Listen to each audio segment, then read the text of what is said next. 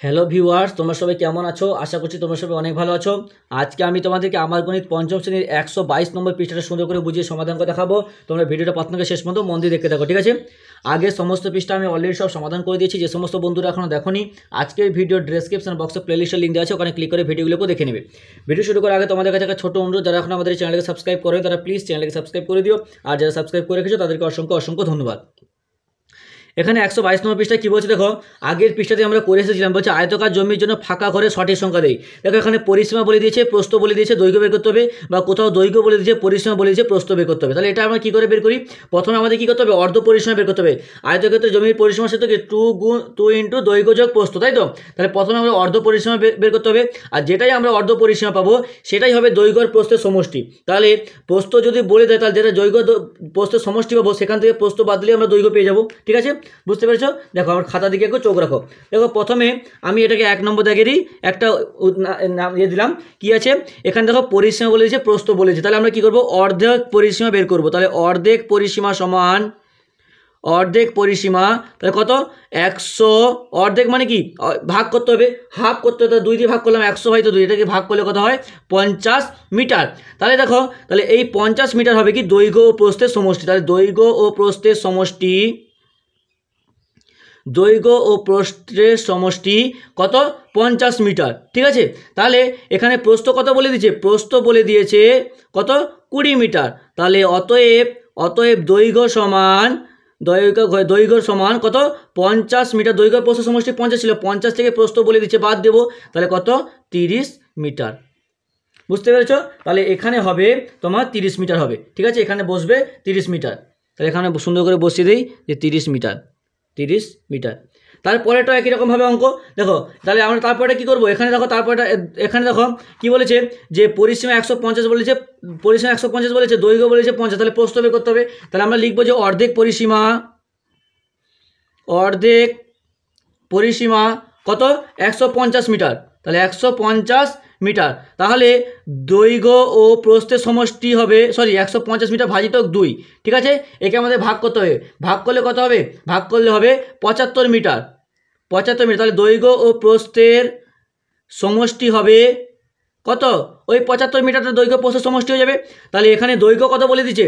দৈর্ঘ্য বলে দিচ্ছে 50 মিটার। তাহলে দৈর্ঘ্য সমান 50 মিটার। তাহলে অতএব প্রস্থ সমান কত হবে? যে 75 থেকে 50টাকে আমাদেরকে বাদ দিতে হবে। বাদ দিলে 60 70 কত হয়? 25 মিটার। বুঝতে পেরেছ? দেখো তারপরেটা এখানে তাহলে কত হবে? এটাতে হবে 25 মিটার। তাহলে আমি এখানে সুন্দর করে 25 মিটার বসিয়ে দিচ্ছি, 25 মিটার। তারপরটা দেখো একই রকমভাবে অঙ্ক।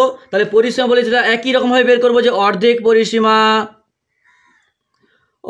পরিসীমা সমান কত? 200 ভাজিত 2। তাহলে 200 ভাজিত 2, একে ভাগ করলে কত হয়? 100 মিটার। তাহলে দৈর্ঘ্য ও প্রস্থের সমষ্টি হবে ওইটা। দৈর্ঘ্য ও প্রস্থের সমষ্টি কত? 100 মিটার।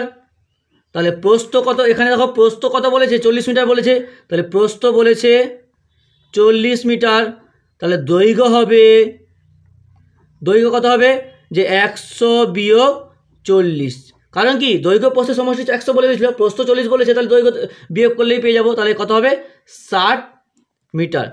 তারপরে দেখো কত আছে, একই রকমভাবে অঙ্ক। পরিসীমা বলে দিয়েছে, দৈর্ঘ্য বলে দিয়েছে, তাহলে আমাদের প্রস্থ বের করতে হবে। তাহলে একইভাবে লিখবো যে অর্ধেক পরিসীমা সমান কত? 300। তাহলে 300 ভাজিত 2 করলে কত হয়? 150। ভাগ করলে দেখবে 150 মিটার হবে। তাহলে ওই 150 হবে কি? দৈর্ঘ্য প্রস্থের সমষ্টি। তাহলে দৈর্ঘ্য ও প্রস্থের সমষ্টি 150 মিটার। তাহলে কি এখানে কি বলে দিয়েছে? দৈর্ঘ্য বলে দিয়েছে। তাহলে দৈর্ঘ্য সমান 100 সেন্টিমিটার। 100 সেন্টিমিটার হলে তোমার প্রস্থ কত? এখানে দেখো প্রত্যেকটা সেন্টিমিটার প্রস্থ কত হবে? প্রস্থ হবে তোমার, তাহলে প্রস্থ হবে কত? 150 বিয়োগ 100 সমান কি? সমান হবে তোমার 50 মিটার, ঠিক আছে? তাহলে 50 মিটার। তাহলে এখানে হয়ে যাবে তোমার 50 মিটার, ঠিক আছে? এবার দেখো পরের অঙ্কগুলো কি বলেছে, তাহলে এখানে বিয়োগ করলে কত হচ্ছে 100 মিটার। এবার দেখো পরের অঙ্কগুলো একটু কি বলেছে, বলছে একটি বর্গাকার, এখানে তাহলে কত হবে, আগেরটাতে এখানে কত ছিল, এখানে ছিল 50 পেয়েছিলাম, ঠিক আছে না আগেরটাতে কত পেয়েছিলাম দেখি, আগেরটাতে 40, আগেরটাতে 60 পেয়েছিলাম, এটা হবে 60 মিটার, আর এখানে লাস্টেটা কত পেলাম 50 মিটার, ঠিক আছে। এবার দেখো কী বলছে, একটি বর্গাকার ফুলের বাগানের প্রত্যেকটি ধারের দৈর্ঘ্য 100 মিটার, যদি বাগানটির প্রত্যেকটি ধারের দৈর্ঘ্য 2 মিটার করে বাড়ানো হয় তবে নতুন বাগানটির পরিসীমা আগের তুলনায় কত বেশি হবে, আমাদেরকে সেটা বের করতে বলছে। তাহলে এখানে আমি কি করব, বর্গাকার ফুলের বাগানের প্রত্যেকটি ধারের দৈর্ঘ্য কত বলছে 10 মিটার, তাহলে পরিসীমা কি, পরিসীমার সূত্র কি 4 গুণ একটি বাহুর দৈর্ঘ্য, তাহলে একটি বাহুর দৈর্ঘ্য 10 মিটার বলেছে, তাহলে 4 গুণ 10 করবো, তাহলে সেখান থেকে কি প্রত্যেকের ধারের দৈর্ঘ্য যদি 2 মিটার করে বাড়ানো হয় তারপরে কত হবে 2 করে বাড়বে, তাহলে 12 হবে, তাহলে সেখান থেকে আমরা সহজেই পেয়ে যাব। দেখো অঙ্কটা দেখো তাহলেই বুঝতে পারবে। তাহলে আমরা কীভাবে লিখে করবো অঙ্কগুলো দেখে নাও। 2 নম্বরের অঙ্ক কি বলছে,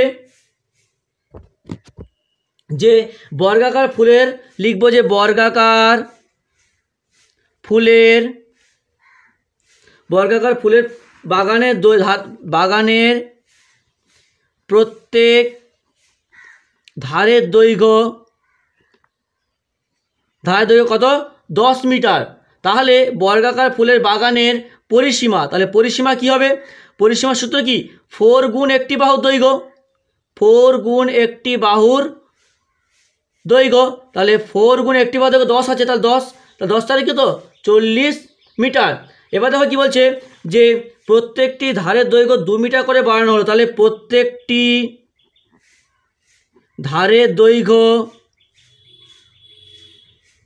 2 মিটার বাড়ানো হলে বাগানের ধারের দৈর্ঘ্য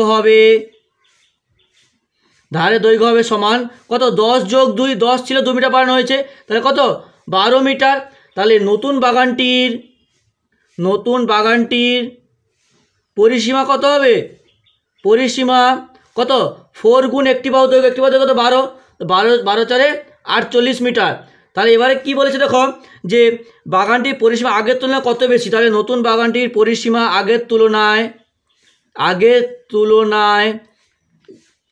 বেশি সমান কত 48 থেকে, এখন কত 48, আগে কত ছিল 40, তাহলে 48 থেকে 40টাকে বিয়োগ করব, কত 8 মিটার বেশি, 8 মিটার বেশি, বুঝতে পেরেছ।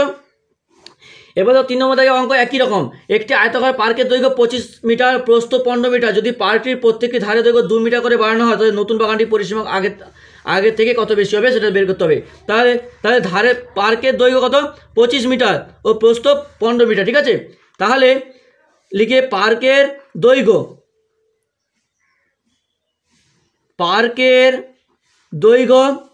25 মিটার, প্রস্থ কত 15 মিটার, তাহলে পার্কটির পরিসীমা সমান পার্কের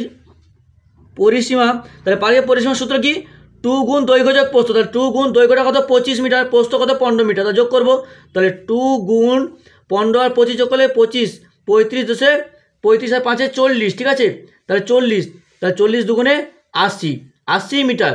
তাহলে এখানে কি বলছে দেখো, যে পার্কটির প্রত্যেকটি ধারে দৈর্ঘ্য 2 মিটার করে বাড়ানো হবে, তাহলে এখন পার্কটির দৈর্ঘ্য হবে সমান কি 2 মিটার বাড়ানো হবে, 25 যোগ 2, তাহলে 25 27 মিটার, এখানে লিখতে পারি যে 2 মিটার করে বাড়ানো হলে এখন পার্কটির দৈর্ঘ্য হবে এত, আর পার্কটির প্রস্থ হবে কত ছিল 15 ছিল, তার সঙ্গে 2 বাড়লো, কত হবে 15 17, তাহলে 17 মিটার। তাহলে নতুন পার্কটির পরিসীমা কত হবে, তাহলে 2 ইন্টু দৈর্ঘ্য কত 27 যোগ 17, তাহলে কত হলো এত মিটার, নতুন পার্কটির দৈর্ঘ্য হবে এত মিটার।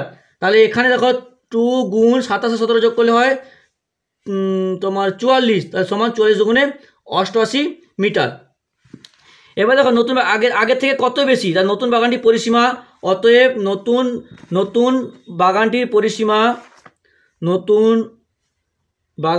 পরিসীমা আগের তুলনায় কত, তাহলে 88 থেকে 80টাকে বিয়োগ করব সমান কি 8 মিটার বেশি। বুঝতে পেরেছো, আগে কত ছিল 80, এখন হয়েছে 88, তাহলে বিয়োগ করলে কত হয় 8 মিটার। এবার দেখো 4 নম্বরের অঙ্ক কি বলছে, যে সমান পরিসীমা বিশিষ্ট একটি আয়তকার ও একটি বর্গাকার জমি আছে। আয়তকার জমি দৈর্ঘ্য 40 মিটার ও প্রস্থ 20 মিটার।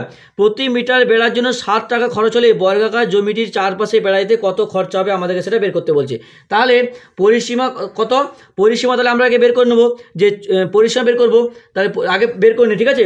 যে আয়তকার বর্গাকার জমি, আয়তকার জমি পরিসীমা, দৈর্ঘ্য এত বলেছে, প্রস্থ এত বলেছে, তাহলে পরিসীমা পেয়ে যাব। তাহলে আয়তকার জমিটির, আয়তকার জমিটি, হ্যাঁ জমিটির পরিসীমা কত, 2 ইন্টু দৈর্ঘ্য যোগ প্রস্থ, তাহলে 2 ইন্টু দৈর্ঘ্যটা কত বলেছে 40 আর প্রস্থ 20, 40 যোগ 20 তাহলে কত হয় 2 ইন্টু 40 50 60, 60 মিটার, 60 দুগুণে কত 120 মিটার। তাহলে দেখো কি বলেছে, এবার দেখো আয়তকার জমির আর বর্গাকার জমি তো একই, তাহলে দেখো একই পরিসীমা বলেছে, তাহলে লিখবো যে আয়তকার জমির পরিসীমা ও বর্গাকার জমির পরিসীমা একই, ঠিক আছে। এখানে কি বলছে, একই বলেছে, তাহলে অতএব বর্গাকার জমির পরিসীমা হবে 120 মিটার, কারণ কি আয়তকার বর্গাকার পরিসীমা একই বলে। এবার ধর কি বলছে, যে প্রতি মিটার বেড়ার জন্য 7 টাকা খরচ হবে, তাহলে প্রতি মিটার বেড়ার জন্য 7 টাকা খরচ হলে 120 মিটার বেড়ার জন্য খরচ হবে সমান, তাহলে কি 120 গুণ 7 গুণ করবো, 1 মিটার প্রতি মিটার জন্য 7 টাকা হলে 120 মিটারের জন্য গুণ করবো, 12 7 84, একটা 0 840 টাকা। তাহলে বুঝতে পেরেছ যে বর্গাকার জমি চারপাশে বেড়াতে কত খরচা হবে, তাহলে অতএব লিখবো বর্গাকার জমির চারপাশে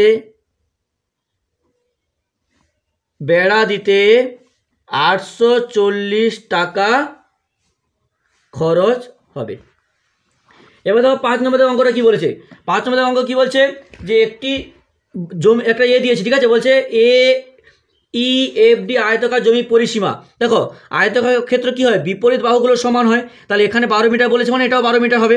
তাহলে এইটা একটা আয়তকার জমি, ঠিক আছে, আয়তক্ষেত্রাকার জমি, একদিকে 12 বলেছে মানে উল্টো সাইডেও 12 হবে। তাহলে দেখো, তাহলে এটা কি ছিল DAFE, ঠিক আছে। তাহলে এই কত বলেছে 9 মিটার, তাহলে এর 9 বলেছে মানে এদিকেও 9 হবে। তাহলে আয়তকার দৈর্ঘ্য প্রস্থ পেয়ে গেলাম, তাহলে পরিসীমা পেয়ে যাব।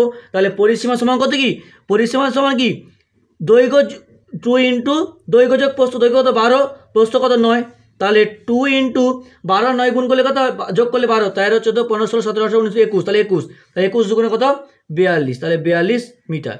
তাহলে আয়তক্ষেত্রে বিপরীত বাহুগুলো সমান হয়, ঠিক আছে। এই 9 এবার দেখো ABCD জমির পরিসীমা কত, দেখো তাহলে এ কোথায়, এই যে ABCD মানে কি এটা বর্গক্ষেত্র, আর বর্গক্ষেত্র কি জমি পরিসীমা, বর্গক্ষেত্রে জমি একটি বাহু পেয়ে গেছি, একটি বাহু কত আছে, একটি বাহু আছে 12 মিটার, তাহলে বর্গক্ষেত্রে প্রত্যেকটি বাহু দৈর্ঘ্য সমান হয়, তাহলে একটি বাহু দৈর্ঘ্য 12 মিটার, কি সূত্র কি পরিসীমা সূত্র 4 গুণ একটি বাহু দৈর্ঘ্য, তাহলে যে পরিসীমা হবে, তাহলে বর্গক্ষেত্রের পরিসীমা হবে কি 4 গুণ একটি বাহু দৈর্ঘ্য কত 12, 12 6 12কে 12 12 3 12 4 48, তাহলে 48 মিটার। বুঝতে পেরেছো, কারণ কি বর্গক্ষেত্রের বিপরীত বাহুগুলো সমান হয়। তাহলে হয়ে গেল, তাহলে আশা করছি বুঝতে পেরেছো। তাহলে আজকে এতটা থাক, পরের দিন আমরা পরের যে পেজটা আছে সেটা সমাধান করব। ভিডিওটিতে একটা লাইক করে তোমার অন্যান্য বন্ধুদের মধ্যে শেয়ার করে দিও প্লিজ।